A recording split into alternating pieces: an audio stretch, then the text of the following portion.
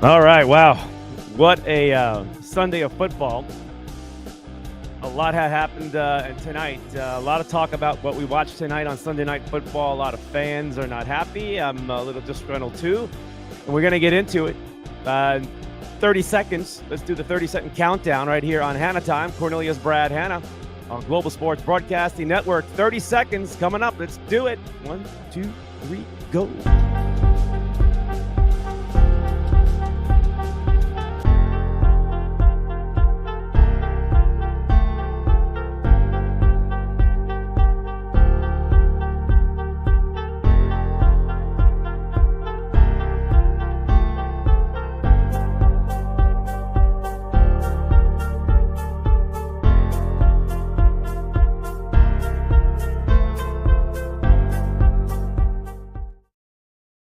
What a day for Sunday football in the NFL. It's still kind of weird. It's October. I just woke up. September ends, and we still got not a whole lot of clarity about 30 teams in the NFL. Okay, and tonight, I think it kind of messed it up even more with the Jets and the Chiefs game. We saw a lot of things tonight and I think it kind of sums up the NFL, what we watched tonight on Sunday Night Football, folks. I know a lot of people are heated up, and the text messages and the social media just lit up in the last 10 minutes or 5 minutes of that football game in New York with the Jets playing the Chiefs itself. And if you didn't watch it, if you don't know about it, the conspiracy theorists, everything about Vegas and gambling, folks, I'll tell you right now, there was a reason why gambling and sports leagues, professional leagues, should never have a relationship. Because what we witnessed tonight, and I know Chiefs fans are going to say no, folks, there were some back-to-back obvious non-calls and calls that went against the Jets late in the game. And you know darn well that betting line was sitting right there. It was sitting right there for the Chiefs for the taking itself, or to secure that. Now, you can go after me on this one, but folks, even if it had nothing to do with the point spread, which I think a lot has lately, I'll tell you this much. That was horrible. That was completely horrible what we watched. When teams are playing physical, they're grabbing, there's so much going on in contact, and then you start throwing stuff and then avoiding stuff when there should have been calls. There was a third down and forever that Mahomes ran for the first down, and there was complete holding everywhere, didn't throw a flag. I don't know how you missed that one. And then they got the holding call on Sauce Gardner. Folks, I'm telling you, man, this is not just one game, though. This has constantly happened over the past few years. The quality of refereeing in the NFL sucks. I'm not giving love to them because you make bad calls, and I got eyeglasses to give you, or there is more going on behind the curtain, behind the shield. Because fans from all over the country, for all the teams that they support, get frustrated and go, oh, it happens. But this is way too much. And it seems to happen in crunch time. I have to give the NBA some credit when they let the guys play in crunch time, right? You know, it's like it gets to the point where, the NFL, man, there is something really weird. And it's every NFL game. Just trying to make sure certain teams are there. I mean, this is kind of what people have always felt. But, man, that was some bad refereeing.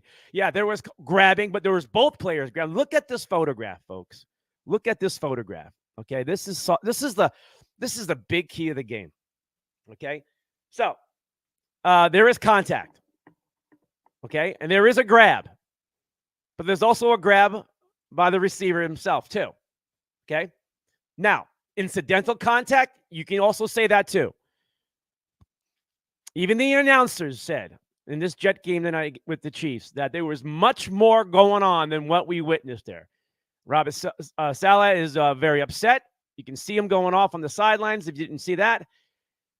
When you throw flags like that, folks, you cross your eyes going, what what is going on in the NFL. Patrick Mahomes was being outplayed by Zach Wilson. The Jets defense was outplaying them. The Jets had everything going. And the only thing the Jets made the mistake was the fumble. Zach fumbled the snap on a shotgun. And that gave the Chiefs the chance to win the game and put it away. You don't fumble that ball, the Jets probably win this game because Kansas City, you had nothing. Kelsey, yeah, you hung out way too late with Miss Swifty. You came out of the apartment. Everybody saw you, all the cameras. Yeah, you were up late, and you sucked tonight. You were gasping. You were looking for air. Kansas City, you couldn't throw deep. The Jets had your number, everything underneath, and physically, you got beat. You got beat. If it wasn't for your 17-0 lead early in the game, it was all Jets. The Jets put the footprint on this team. That defense is going to be mapped out for all their opponents playing against the Chiefs. But let's get back to this right here. That horrible throwing the flag, a referee that's about 15 yards downfield he just sees one angle of it. And you're going to say, oh, there's a lot of calls. Yeah, there were. But in that time of the game, folks, you know what? If I'm saying this along with tons of people, something's up, right? Something's up. All right. The NFL itself keeps on embarrassing themselves with mediocre refereeing or premeditated stuff going on. I mean, why not talk about it? Why are people afraid to talk about it? Why are players afraid to talk about it? I'm really interested to see what's going to happen after the game with post-conference comments, press conference comments coming out with the Jets locker room itself. That was a great game by the Jets. They were down 17-0, and they were winning that game, and it was stolen from them. It was stolen from them. And let's not go back to the penalty on Sauce Gardner itself. Let's go to the previous play or two when it was holding all over that long scramble first down run by Mahomes. I mean, you can literally see guys grabbing and trying, and players just like throwing it, like you can't even get away because they're being held. And once the guy leaves the pocket, the quarterback, isn't that when penalties are thrown for holding? Because now you're trying to go and tackle the quarterback and changing a direction, and you can see jerseys being pulled. Nothing was thrown. Nothing was thrown. The reason why I'm upset, because I'm tired of the NFL. Tired of this premeditated again. Not just this game, though, folks.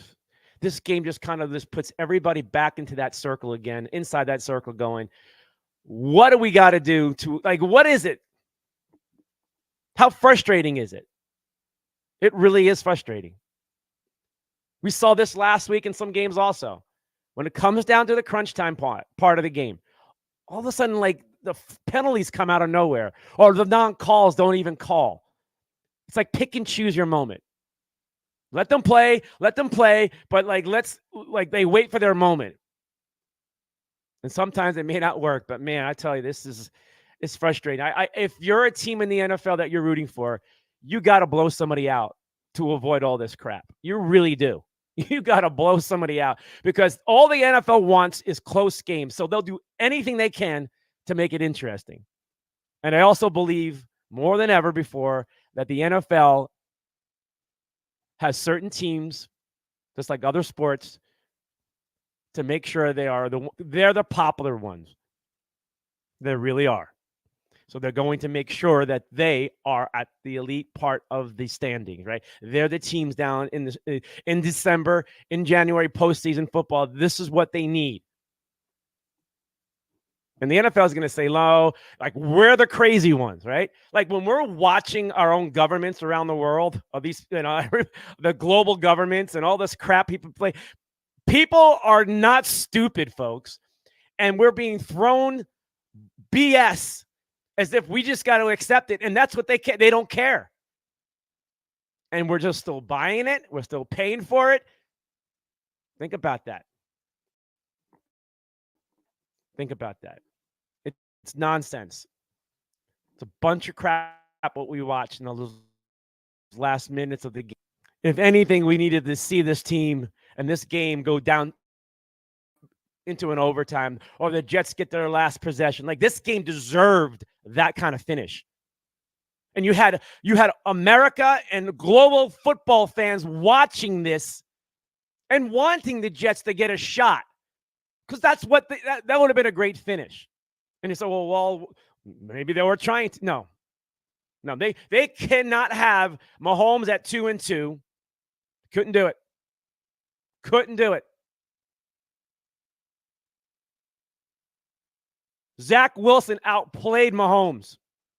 The Jets defense outplayed them. The Jets offense put up the numbers. Amazing. Amazing how they can steal a game just like that. I cannot wait for the press conference. I'm going to watch it. I can't watch it now. It's going on right now. But I'm just curious to see what the Jets are going to talk about. And I know this is going to be a big topic tomorrow morning, Monday morning. But it's not just this game. It's not just this game. You know, this game was a focus point, right? This was supposed to be the blowout. You got Mahomes versus Wilson. And it actually turned into something nobody expected, right? These two teams played a slugfest, right? The Jets belonged. The Jets show they have talent. They can play with anybody. And when they got their offense going and Wilson figured it out and started to really look good, and then it started looking great, and then it was just awesome, and then he makes one mistake. He fumbled the ball. He just, in a shotgun formation, all he had to do was just catch it and drop the ball and cost them the game. Cost everything at that point. So you can't even make a mistake. The Jets defense were getting the ball back, and the refs kept on taking it back away from them. That's what I saw. And I see that all over the NFL, all the games. It's amazing. It's disgusting too. It's frustrating.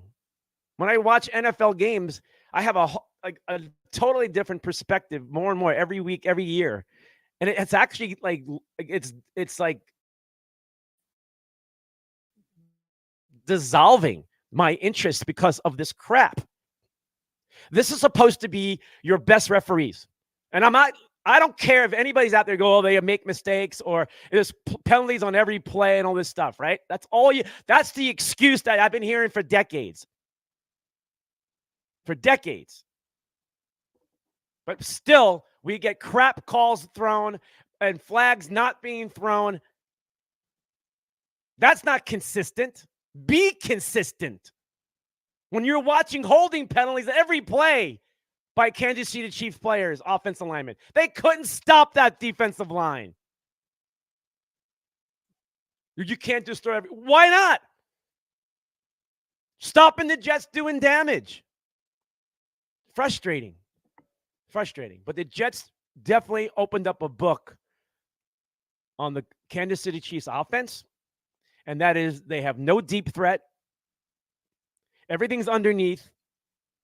Put a lot of pressure up the middle, get Mahomes out. The Jets had a spy and everything. They really had a great game plan. And once they got back into the game, it changed everything.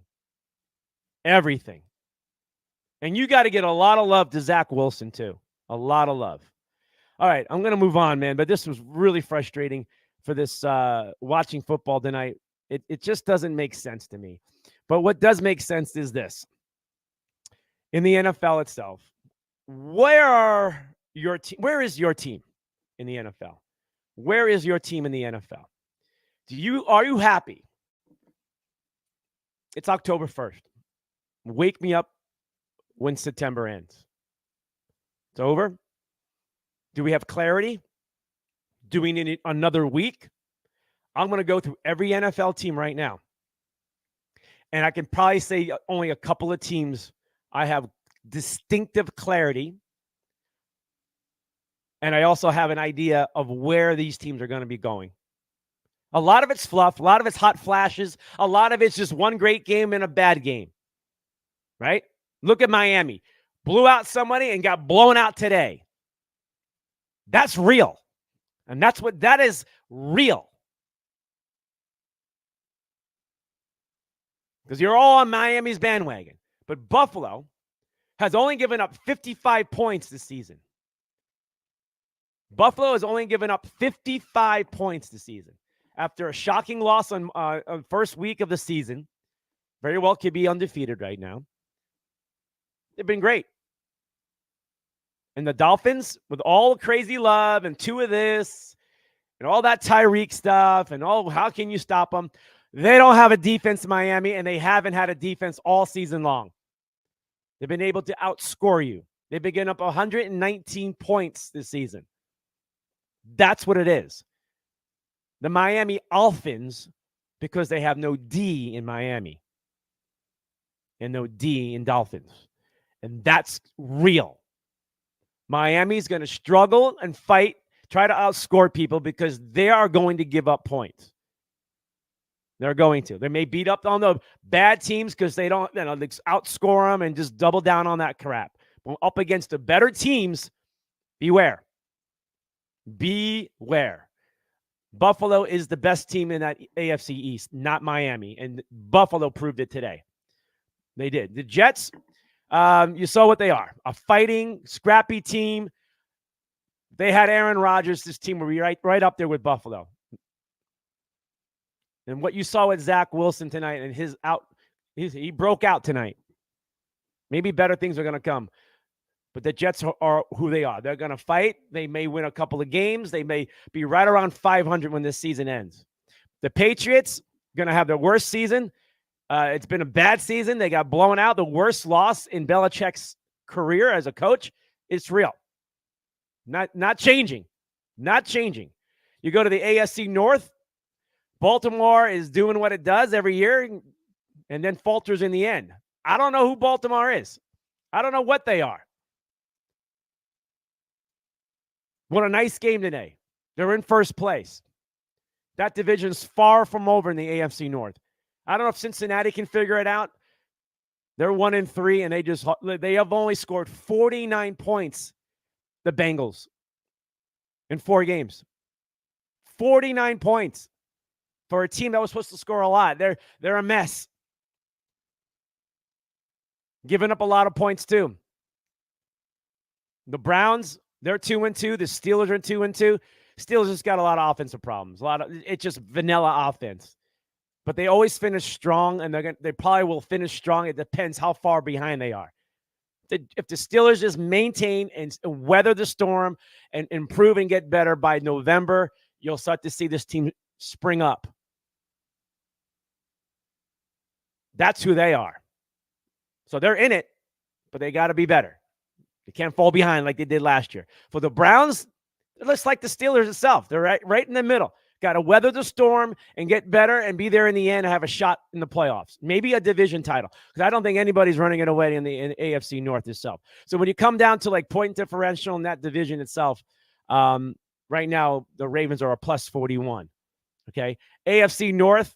How crazy is this? The Colts are in first place, but they're not. They're a -2 in the plus minus of scoring, right? The Jaguars are a -2. The Texans had a couple of nice big wins lately, but they're also got 2 wins, right? And they're a plus 17. And then the Titans. What a great win. Like that division is, we cannot judge that division because everybody has had good games and bad games. That's a fun division to watch. Nobody scares me in that division in the AFC South. Nobody scares you, but they're going to be tough to beat. They're battling. Those teams are going to battle you. There's no doubt. Let's go back to the AFC West with the Chiefs tonight and their win. They're in first place, taking more control after the Chargers are going to hang around a little bit after getting that win, but the Chargers can't stop anybody. The Chiefs tonight gave up 20 points. Right? They scored 23. They're a plus 58 on the year. Okay. That's how they're going to keep outscoring and winning. That division is weak. The Chargers will score a lot of points, but they keep on giving up points. Like the Chargers are not a playoff team. The Raiders are not a playoff team. And the Broncos at this point are not, even the great comeback when their defense is nothing there to be excited about. This is after 4 weeks. This is wake me up when September ends, right? We got to wait for tomorrow night with the Giant game against Seattle. But this is what we're going to do. We may need another week or two to kind of clear these things out a little bit, but I think we got an indication already. We got an indication. There's a lot of parity in the NFL. This is what they want more and more. The best team so far in the AFC, I believe, is the Buffalo Bills. The Buffalo Bills, best team in the AFC right now. Again, it's not Kansas City. Kansas City has struggled, right? And there is something there. There's something wrong there. They're just weathering the storm, but there's something wrong. And I broke it down for you. But the best team in the AFC is Buffalo. And that is clear in my mind. It's not Miami because what happened today? Miami got embarrassed today. Now let's go over to the NFC. The Eagles, when you think you lose a Super Bowl and you think it's just going to turn into a bad following season, but they drafted well. They rejuvenated that defensive line after losing some pieces in that defense, and they're even better. Now, they've given up some points on defense, but they look so good today. They're looking even better, and this is a team that I think will get stronger. This is not a Jalen Hurts kind of season. I think this is more of a team effort from the Eagles, more solid as they are. They're the best in the East of the NFC East. It's not the Cowboys. Cowboys have beaten up on bad teams, right? Look at the Cowboys, right? Got to give them love, but they haven't really faced a tough schedule yet. It comes next week against San Francisco. Washington battle today, right? The Commanders itself. And then you have the Giants, okay, who are waiting. We're waiting for them to kind of break out, right? But right now, this is the Eagles division. There's no doubt. Cowboys will hang around, should make the playoffs based on the competition in the NFC, right? But this is the Eagles division. This is what I know after 4 weeks so far. This is what I know. This is what I see. Just keep moving along. NFC North. We told you Lions were the best team in the division. They're proving it again, right? It's not like they're dominating, but they are superior. They are better. The Packers gave you a lot of love, a lot of fluffy stuff, but they're not there. They may be an average 500 team. They may be 7-10. Right? I'll give them 7 wins. The Vikings and South, I think they're right there like the Packers. The Bears, the most embarrassing team in the NFL. You blew a big lead today and you lost a game to the Broncos, right? That's enough. So in that division, it's the Lions. Clear. This is what we know. I have no faith in the Packers. I got no faith in the Vikings. I got no faith in the Bears. But I have faith in the Lions. The Lions showed up. They responded after last season. They are on target. Let's continue. Wake me up with September end continues. I told you about the Buccaneers. I said the Buccaneers are not going away. Baker Mayfield will hold his own. The Bucs have a good defense. They have offensive weapons. They might be a strong team, but in that division, they were right there with the Saints. I had the Saints winning that division, but Derek Carr is hurt. And that changes that division, and the Buccaneers are in first place. The Buccaneers are not going to go away. Maybe 9-win team, right? A 9-win team for the Bucs. I'd be surprised if they get to 10, but that would be enough to win the division. The Saints will rebound. The Saints will get back into it. They'll be right there with the Bucs. Everybody fell in love with the Falcons and the Panthers, all that love about these quarterbacks, but the reality still sets in after you wake up in September, after it's over. It's going to be Bucs and Saints in the end. And it's clear. NFC West, I think the Rams are better than what we anticipated. I believe in that. I don't believe they're a playoff team, but man, they are not going away though. They're going to hang around. They'll have a shot somewhere in December with time running out to win a couple of games down the stretch and hopefully some breaks. But the Rams, they're dangerous. And they got offensive weapons, so they're not going away. They're going to be competitive. But they're an average football team. Seattle, same kind of team. I think Seattle had a nice little fun storyline last year, but I think the reality is what this team is. We'll see them tomorrow night against the Giants itself. But the reality is they're not threatening anybody. We've seen enough of them. Seen enough so far. The Cardinals itself, out of the two teams I mentioned so far in that NFC West, the Cardinals show me more promise in the long run. Not this season. The Cardinals are just shorthanded, talent-wise. But they're maximizing their abilities and they're playing ball. They're in the right position. They're being coached well. And you can see the Cardinals they're going up. They're not winning, but they're battling. Right?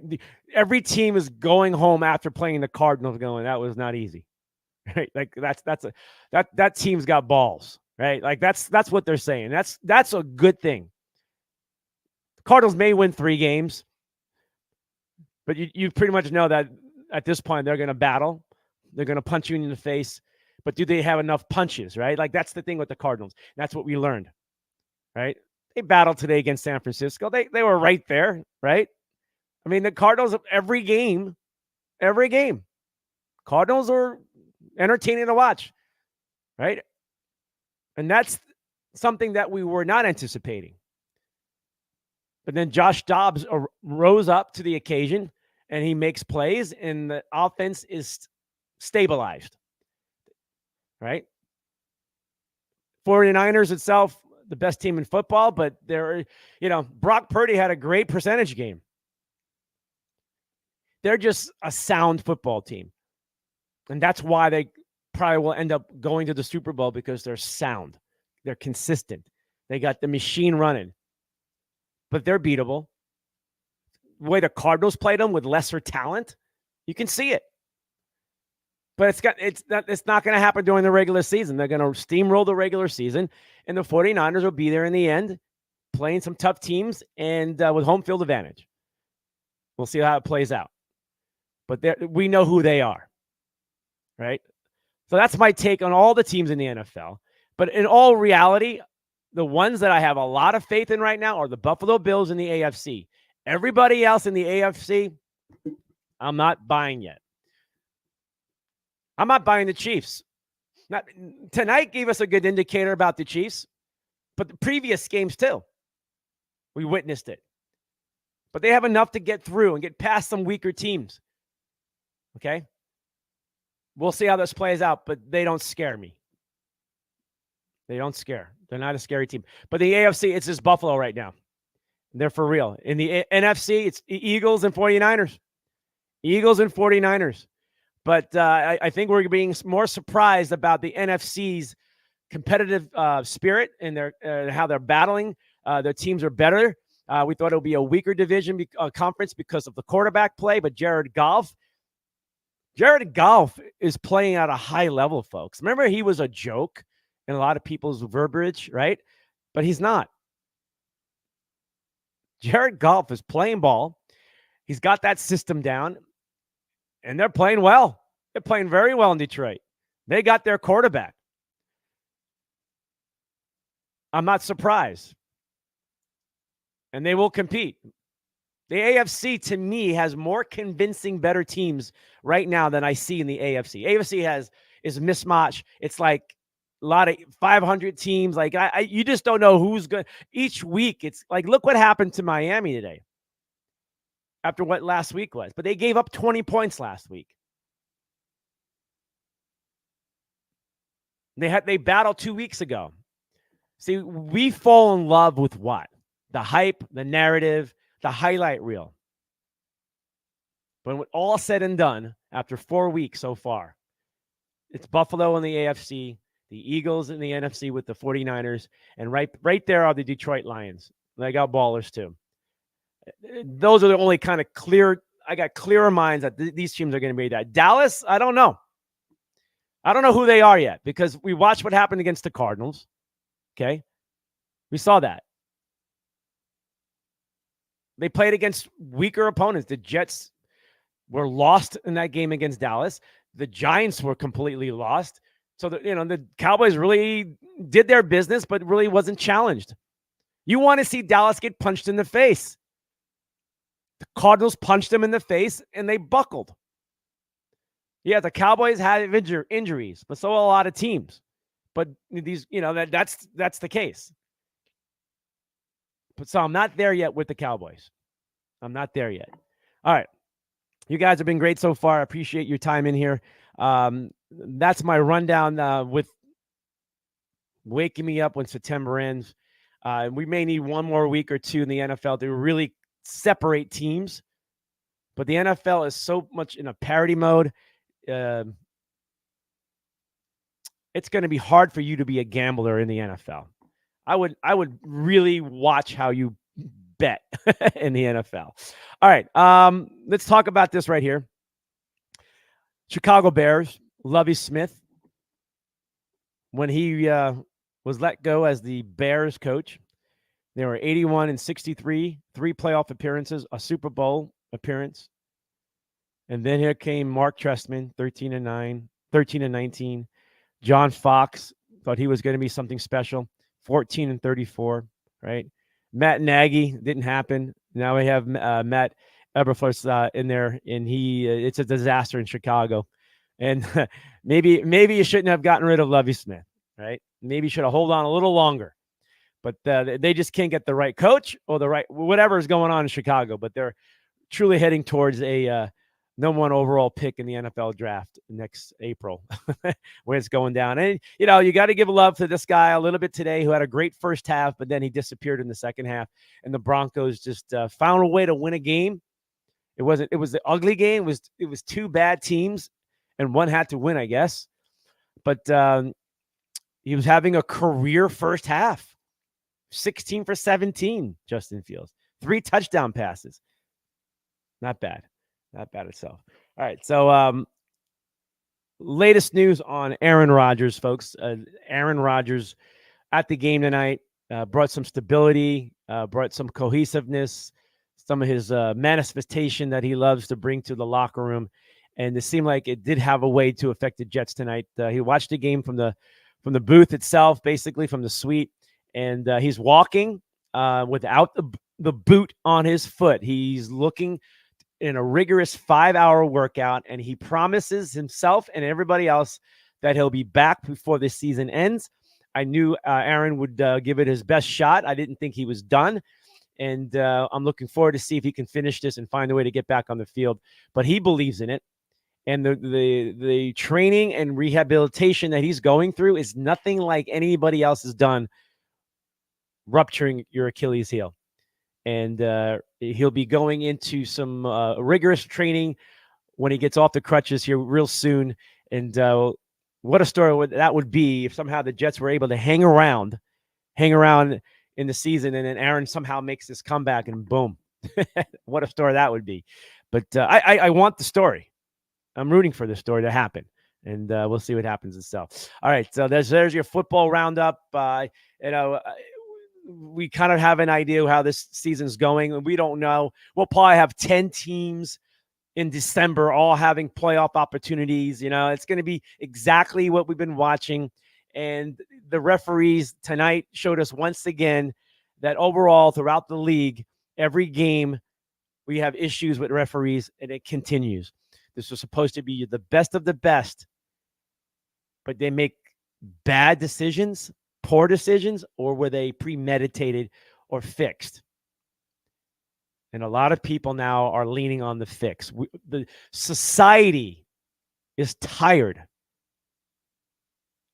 of people in power throwing stuff in your face.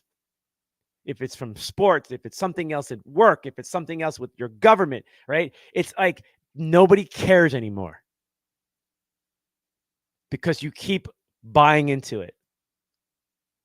And we're talking about the complaints. But how embarrassing is that?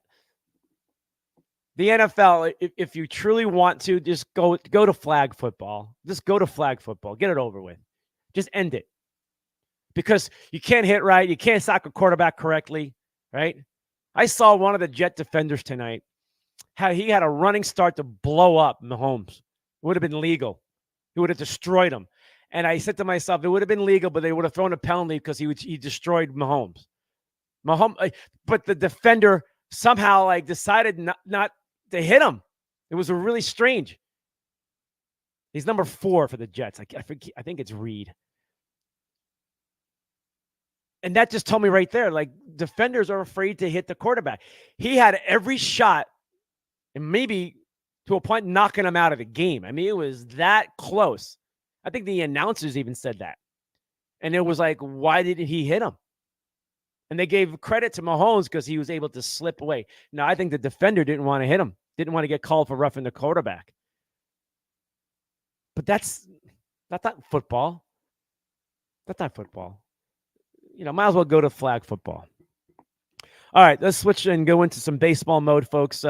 Every game, the last game of the year for Major League Baseball, there's always a player or two that hangs it up. And it's not often that you get legends of the game, Hall of Fame kind of caliber, or Hall of Famers that are going to hang it up. And we had a couple of today, and maybe a third one. Joey Votto, don't know if he's going to hang it up, but there's talk about him. But that's not official yet. But this guy right here, Miguel Cabrera, remember him back in 2002, the World Series, a young guy, came onto the scene big in that World Series itself, ended it today. His family was there, very emotional, Hall of Famer, just a lot. It was Triple Crown, I believe, too, right? And a guy played for the Florida Marlins, but ended up most of his career with the Detroit Tigers himself, and legend. And congratulations on a nice career for Miguel Cabrera. Also, another one coming out of St. Louis, Wainwright, the pitcher itself. Really touching story, too. They gave him one chance in front of the fans tonight. He came into the game, and they also allowed him to get one at-bat, his last at-bat as a professional baseball player. A long career, aging player, but in front of the fans itself, what a great one. And I like how Major League Baseball, I wonder, I should say, if they actually line this up so he can have a home game the last game of the year, and that Cabrera could do it too in Detroit. Because I know Derek Jeter never got that. Derek Jeter played his last game as a Yankee like a week before the season ended. His last game was in Fenway, of all places. So, but I wonder if they learned from that experience to make sure that these guys get their due respect in their moment, the last game, ending it properly. And I wonder, building the schedule that way, I don't know if it's fair for all the other teams, but I like seeing that. I like seeing players going out on their home turf. Last game, I remember Walter Payton from the Bears itself, when he just sat there. Walter Payton just sat there, and it felt like cold weather in Chicago Soldier Field, and you just knew it was over. And the great legend, I met Walter Payton a long time ago in Vegas after his career, and just one of the he was sweetness, but he was really a kind, loving, sweet man in person too. But that was those are the moments that I love watching, the ending of a great career, and these guys walking off the stage. When Elvis leaves the building, I think these players who have given their heart and soul and everything they could, and to do that in front of their fans, I think it's really special. So watching some baseball players today being able to do that, I think baseball, either they did it on purpose or not, but it was great to see. It was great to see. All right, more baseball talk itself. There's Wainwright, and there is guy Cabrera itself. Congratulations, guys. All right, so your baseball playoffs are lined up. It all starts on Tuesday. It'll start in the morning. What is it? Tampa Bay and Texas go at it itself. And then you got the Twins and the Blue Jays. And then it's followed by the Diamondbacks and Milwaukee Brewers. And then that's that night game between the Phillies and the Marlins. We got to give a lot of love to the Marlins. It's like their 4th time in playoff history ever for them to be in the playoffs. You got to give love to the Diamondbacks, who Not a lot of people gave them a lot of love early on, but we knew they would be competitive and somewhat, but they made the playoffs. It's going to be nice to see Eva Longoria or the Diamondbacks getting back to the postseason after a long run. He had many years with Tampa Bay, and now he's back. You're going to see some of this. The Marlins, and think about the Marlins story itself and how they've come so far and forward. This is like Derek Jeter's team. Derek Jeter built that Marlins team, and it's in the playoffs, but somehow he got chased out of Miami. Really strange story there. But this is your Major League Baseball, right? It's your playoff, right? The teams that got the bye were the Dodgers and the Atlanta Braves, and then you got the bye with the Houston and the Baltimore Orioles itself. Who wins the World Series? It looks like it's all about Atlanta itself, but I will say this: Milwaukee's got the best bullpen, and that plays a big part in postseason. Okay. I don't know how the Diamondbacks got a tough task. They got to get out early and win early, or start taking early leads. They cannot fall behind because that bullpen will shut you down in Milwaukee. That's a fact, unless somehow the Diamondbacks can figure it out. Philadelphia is one of the hotter teams in Major League Baseball. Marlins are fun to watch. Phillies, nobody wants to play Philly right now in the playoffs, right? And then you guys flip over to the American League, right? Tampa Bay in Texas itself, they don't scare me. They're not winning the World Series. Those two teams itself. I'm not. The American League doesn't impress me. Can somebody get hot?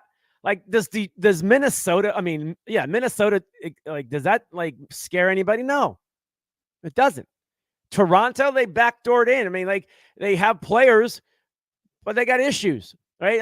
It's almost like by default, some of these teams got in. They survived the marathon of 162. And then you got Baltimore, who had a great year, but they got injuries. Their bullpen got shattered a little bit with some injuries that they're not going to have guys in the bullpen. That's going to play a big part. Houston backed in. I mean, they played enough to get into the playoffs, and they kind of backdoored into their division title. Do they scare? No, but can somebody get hot in the American League? Sure. Can they match up what's going to go on in the National League? The Dodgers are there again, but I don't trust their bullpen. I don't even trust their starting pitching. And good pitching will, it's like the Dodgers going to get a lot of love because of their name. I see Atlanta playing Philly, and I see the Dodgers playing Milwaukee, if I was going to predict anything. I'm rooting for the Diamondbacks because I think it's a great story. I'm rooting for the Marlins. I love to see the Marlins and the Diamondbacks get through and go up and take out one of the top teams like Atlanta and LA. That would be fantastic. But to be wise and smart about this, I like Milwaukee because of their bullpen. It's pretty freaking good, actually. But we'll see. It has to still perform. It still has to play itself out. And the National League should win the World Series. We'll wait and see. Itself. All right. So there's your wrap for Major League Baseball itself. I think I nailed everything I wanted to talk about. My sponsor right here, once again, is P2P Ticks.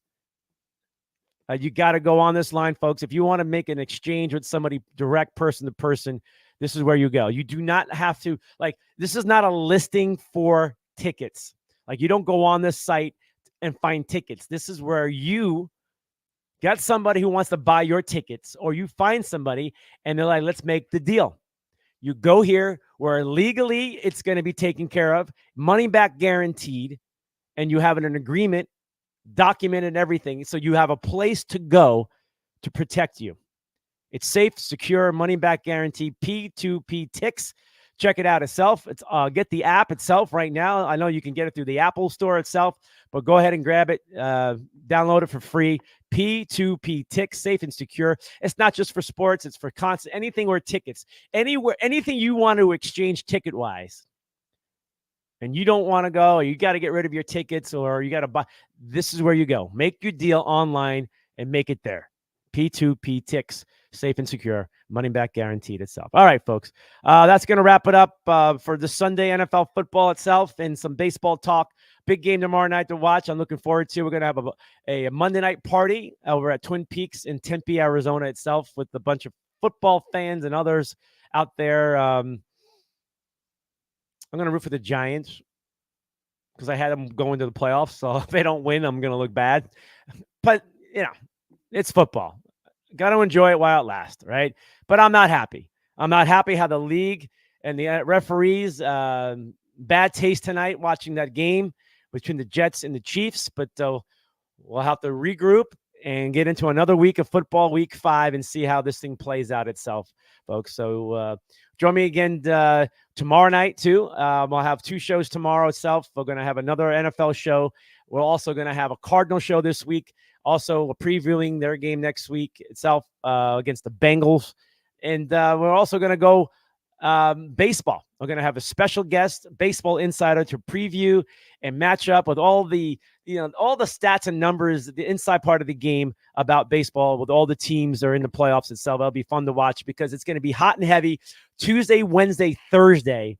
Major League Baseball playoffs, first round of baseball. They call it wild card. It's first round baseball. All these teams earned it. That's it. It's like a 3-game series. Got to win 2 to move on. Good luck to those teams and your fans out there. It'll be fun to watch. Baseball takes center stage. It's October. Postseason. The Fall Classic is revving up. And I love that. I love October baseball. That's a lot of fun. All right, folks. We're going to wrap it up here on Global Sports Broadcasting Network. Cornelius, Brad, Hanna, my sponsors have been running through at the bottom of the screen itself, all of them itself. But appreciate you guys checking in one more time. We'll take it out here, some music, some hot music itself. But once again,